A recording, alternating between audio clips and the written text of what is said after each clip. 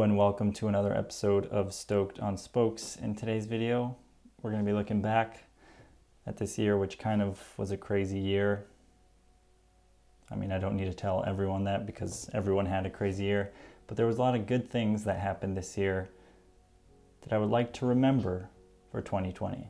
So this is just a casual video. I know it's not a cycling video per se, but it's just a look back on the year of videos that I've made and maybe some of the events that actually didn't get captured on video, or maybe they did but not shared on this channel.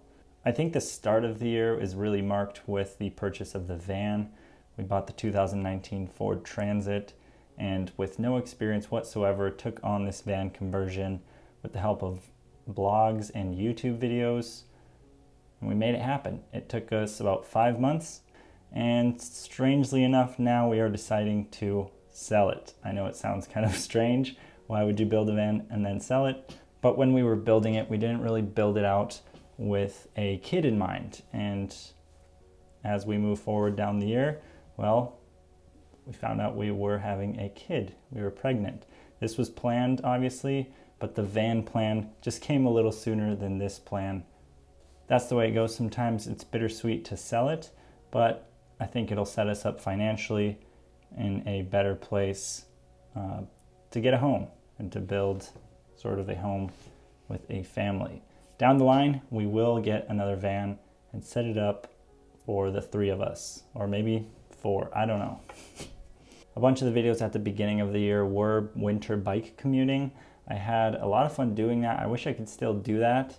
I guess I could. I'm just being lazy. I don't want to wake up as early as I have to get up now. You see, I had a different schedule. I mentioned this in a video before, but I had a different schedule where I could go in later and leave work later. So I don't have that ability to do that now. So it would require getting up considerably earlier and riding in the dark, which I could do it, but it's just not for me. Riding 10 miles into work at night and then 10 miles back home at night doesn't sound fun at all for me. For some of you, it might sound like a blast. I have a few more videos on the van, and then I uploaded a video called My Every Ride Carry. This was highlighting everything that I carry on a ride, whether that's a mountain bike or a gravel bike ride. Yeah, the video did pretty good, and I'm always interested to see what people are carrying on rides. I plan to make one again this year, maybe a little later on in the year, because there has been some tweaks to what I carry on a ride and what I actually leave behind now. By far my favorite product of the year that I have purchased has been the Rogue Panda Designs Double Decker. It just, nothing can beat it. I wonder if anything will really beat it next year. It's so good. I'm really enjoying that bag. It's just kind of a staple on the Rove now. I've taken it off just to kind of give the Rove a new feel to it. Just running it with water bottles right now for winter. Probably gonna throw it on again next year, early next spring or something.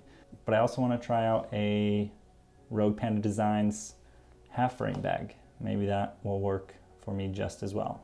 Also this year was the first time I had ever tried the tubeless conversion.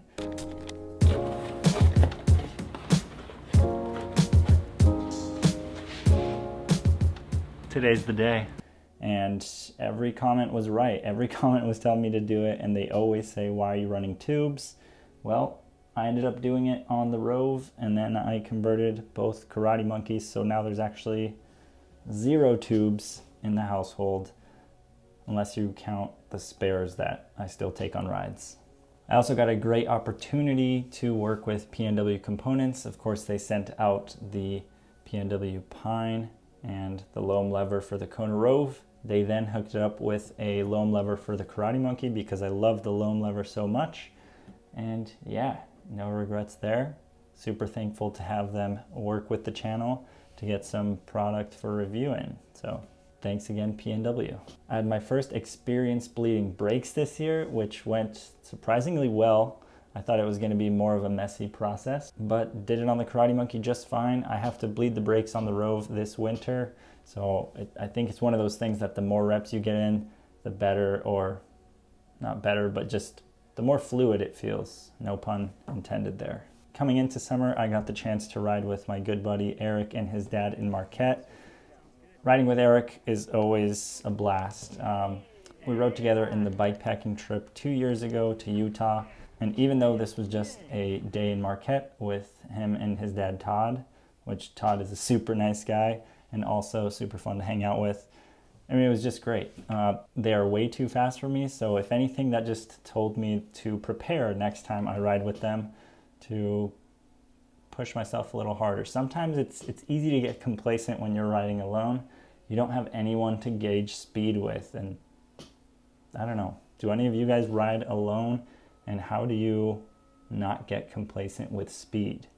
I feel sometimes like I'm pushing it, but then other times when I'm riding with people, it's clearly not true. Anyway, fun day in Marquette with Todd and Eric. One of my favorite videos on the channel that didn't do well at all in views, but that's okay because it was my favorite to make, both film and edit, was mountain biking Sheridan, Wyoming. This is one of the videos I always go back and just watch for fun.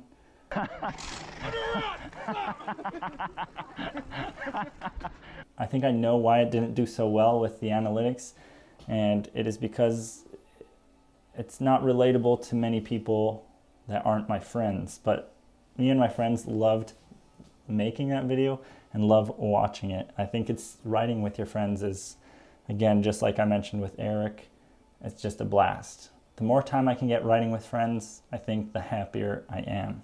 With the help of the PNW Pine dropper on the Kona Rove, I took the Kona Rove on some single track and did some underbiking, which I've always wanted to try. Never really had the chance before this year, and it's a lot of fun. If you haven't tried it, I said this in the last video, but it is truly a lot of fun. It can make something that is a boring or not a technical trail seem a lot more technical because you're just not riding the right bike. After the trip to Sheridan, made it back to Colorado and got married with Jordan. So instead of calling her fiance now, she's now my wife. I'm her husband, and it's been great so far. Just kidding. It's been awesome. Nothing's really changed. We're still here, and we're having a baby. We made a baby. So pretty exciting stuff coming next year with the baby and all. Throughout the middle of the summer, I hit a huge benchmark on YouTube, or it's not considered a benchmark on YouTube, but it was a benchmark for me, and that is 10,000 subscribers, followers, people that watch these videos. And I thank you guys, because that, again, is something that I never saw coming, especially 1 year or 1.5 years into this. It's very surprising to see that there's so many of you that enjoy these videos or relate to them, or maybe you don't enjoy them and you just subscribed anyway. Thank you guys for the support. Because of the pandemic, a lot of the gravel events that I had planned on doing this year got canceled. Well, a lot of them got postponed and then canceled, or rescheduled, canceled.